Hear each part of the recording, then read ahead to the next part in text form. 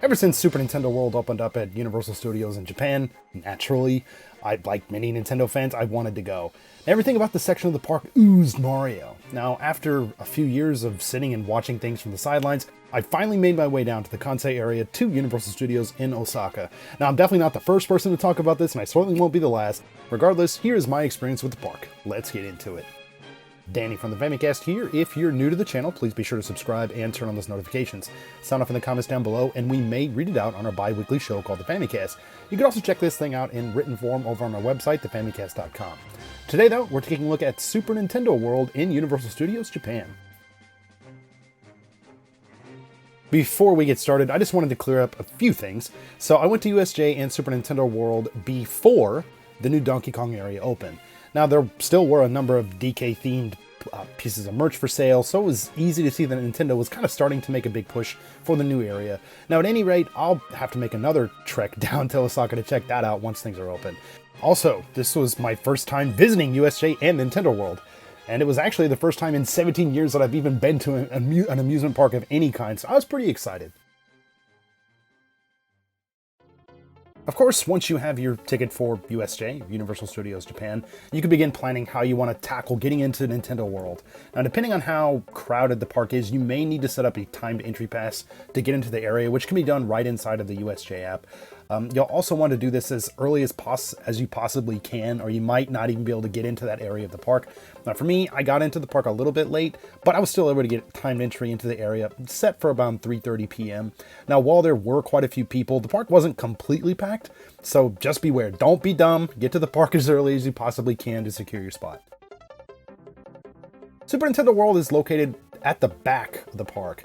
So before entering, you'll come across a sign that has this really long walkway leading up to a square. Now, once you reach the square, you're greeted with the huge sign and a warp pipe that will lead you in. Now, basically, going through this pipe, you'll then find yourself in the middle of Peach's castle, complete with paintings on the wall straight out of Super Mario 64. Now, entering the area alone, it's super magical, and I really think it captures the essence of what makes Mario, well, Mario. Kudos to the team that just crafted everything here. It is just absolutely perfect. The power-up bands aren't necessary, but they can really enhance your experience in the park. Now, these are on sale along the walkway and near the entrance to Super Nintendo World itself. And during my visit, these ran for 4,900 yen each, or roughly 32 US dollars with the current exchange rate. The prices have actually increased quite a bit over the years on these. The bands originally sold for 3,200 yen, but have creeped up in price, probably to take advantage of tourists looking to spend their foreign cash, and this is the exchange rate and all that type of stuff.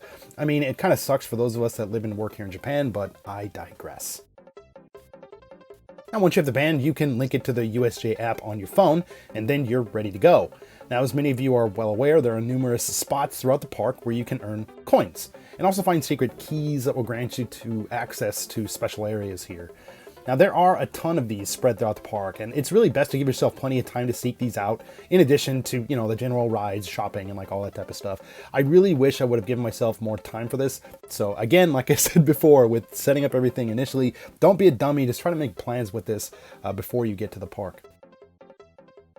Not only can you track your own findings via the USJ app, you can also check out leaderboards for the day there, as well as on information screens spread throughout the area. Now, that day you can see which power-up band is being used the most, as well as who has nabbed the most coins throughout the day. And also like all time and like all this type of stuff too. I totally wasn't expecting this competitive aspect to be included.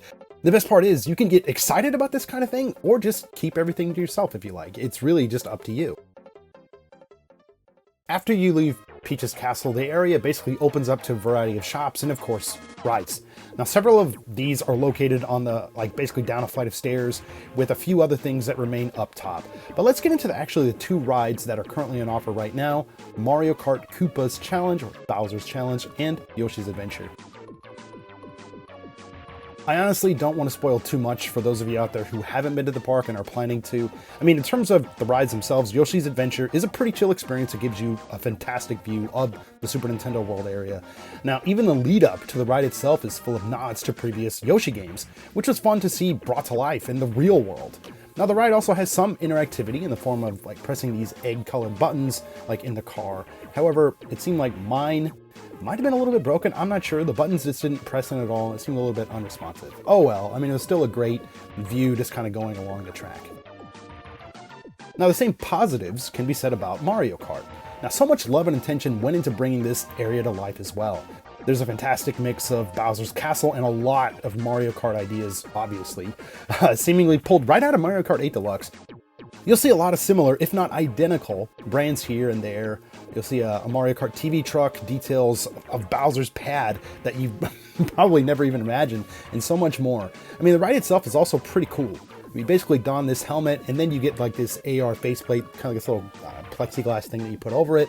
And the goal here is to take out Bowser's minions, who are kind of zipping around the track and stuff like that.